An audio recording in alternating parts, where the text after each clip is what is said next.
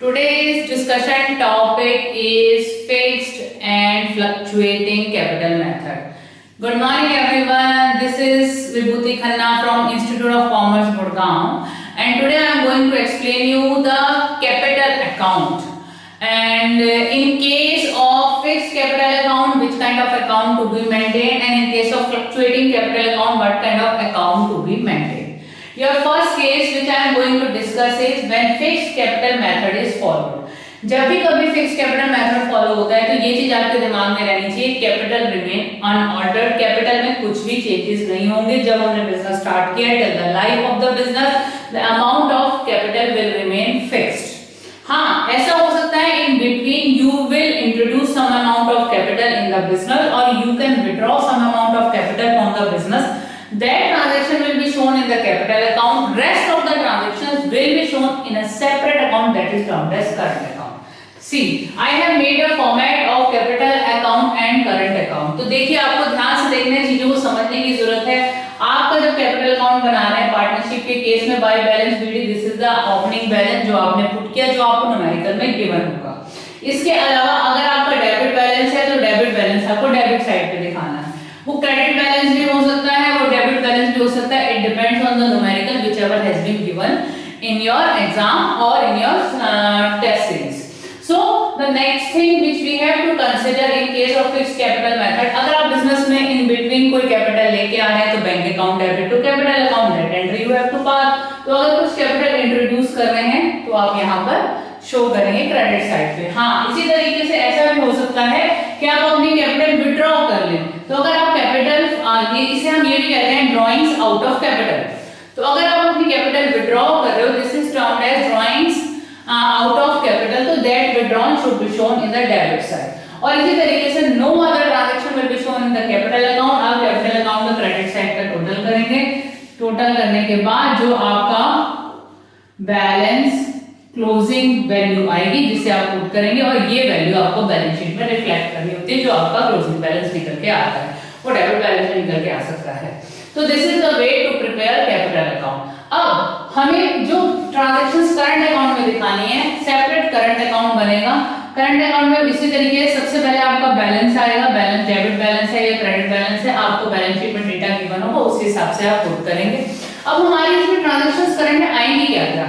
Interest on capital, partner की income है, हमें क्रेडिट करनी है। प्रॉफिट एंड लॉस एप्रोप्रिएशन से प्रॉफिट आ रहा है, हमें क्रेडिट करना है। रिजर्व है, जनरल रिजर्व, हमें क्रेडिट करना है।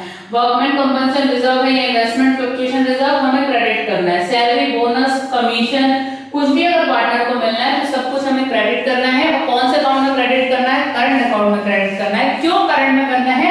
क्योंकि हम फिक्स्ड कैपिटल मेथड फॉलो कर रहे हैं, क्योंकि इन आइटम्स की वजह से फ्लक्चुएशन आती है कैपिटल में, तो ये एक सेपरेट अकाउंट में शो कर दी हमने।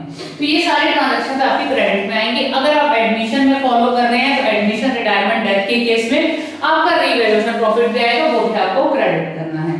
ये सब करने के बाद अब डेबिट में क्या क्या आइटम आती हैं?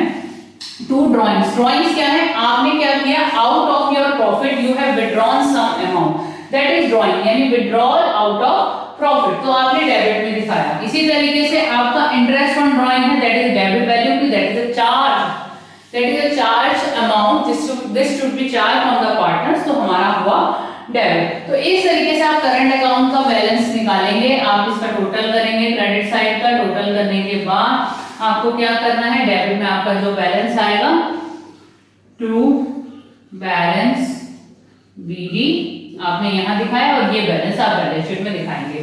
ये दोनों अकाउंट आपको तभी मेंटेन करने हैं जब फिक्स्ड कैपिटल मेथड फॉलो हो रहा है। अब आपके न्यूमेरिकल में for example it is given that you have to follow fluctuating capital method. Fluctuating के केस में चेंजेस क्या आएंगे वो मैं डिस्कस कर रही हूँ।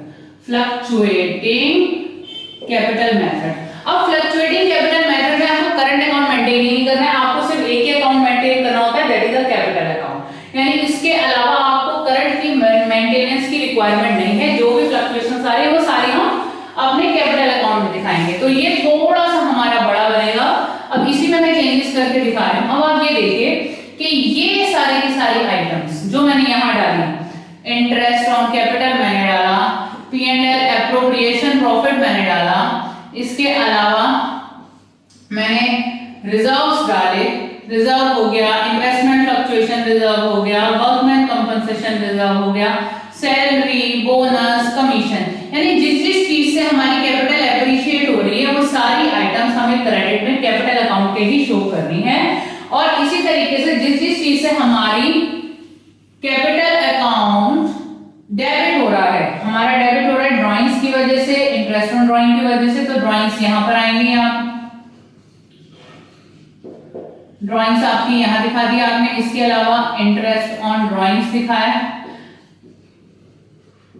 ये आपको मेंटेन करने की जरूरत नहीं है, करंट अकाउंट मेंटेन नहीं होगा। ध्यान रखिएगा सारे आइटम जो हम करंट में रिफ्लेक्ट कर रहे थे that will be shown in the capital account, क्योंकि करंट अकाउंट मेंटेनेंस है ही फ्लक्चुएटिंग कैपिटल केस में। अब इसका हम एग्रीगेट करेंगे, एग्रीगेट करने के बाद हम यहाँ पर जो बैलेंस निकालेंगे, बैलेंस सीडी, ये आपकी बैलेंस शीट में रिफ्लेक्ट करेगा। आप क्रेडिट साइड का टोटल करके डेबिट की वैल्यू सब्ट्रैक्ट करके आप बैलेंस निकालेंगे। बैलेंस शीट तो आप लेजर में 11 में भी सीख चुके हैं। So this is the way.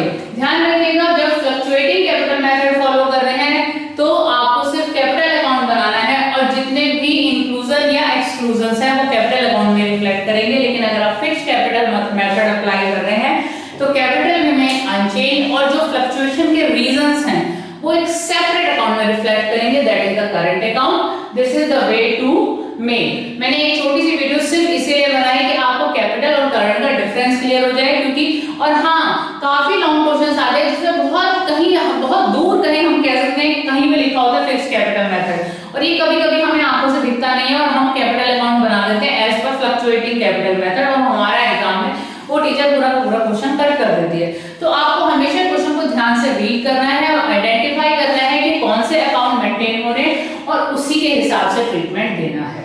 Thank you.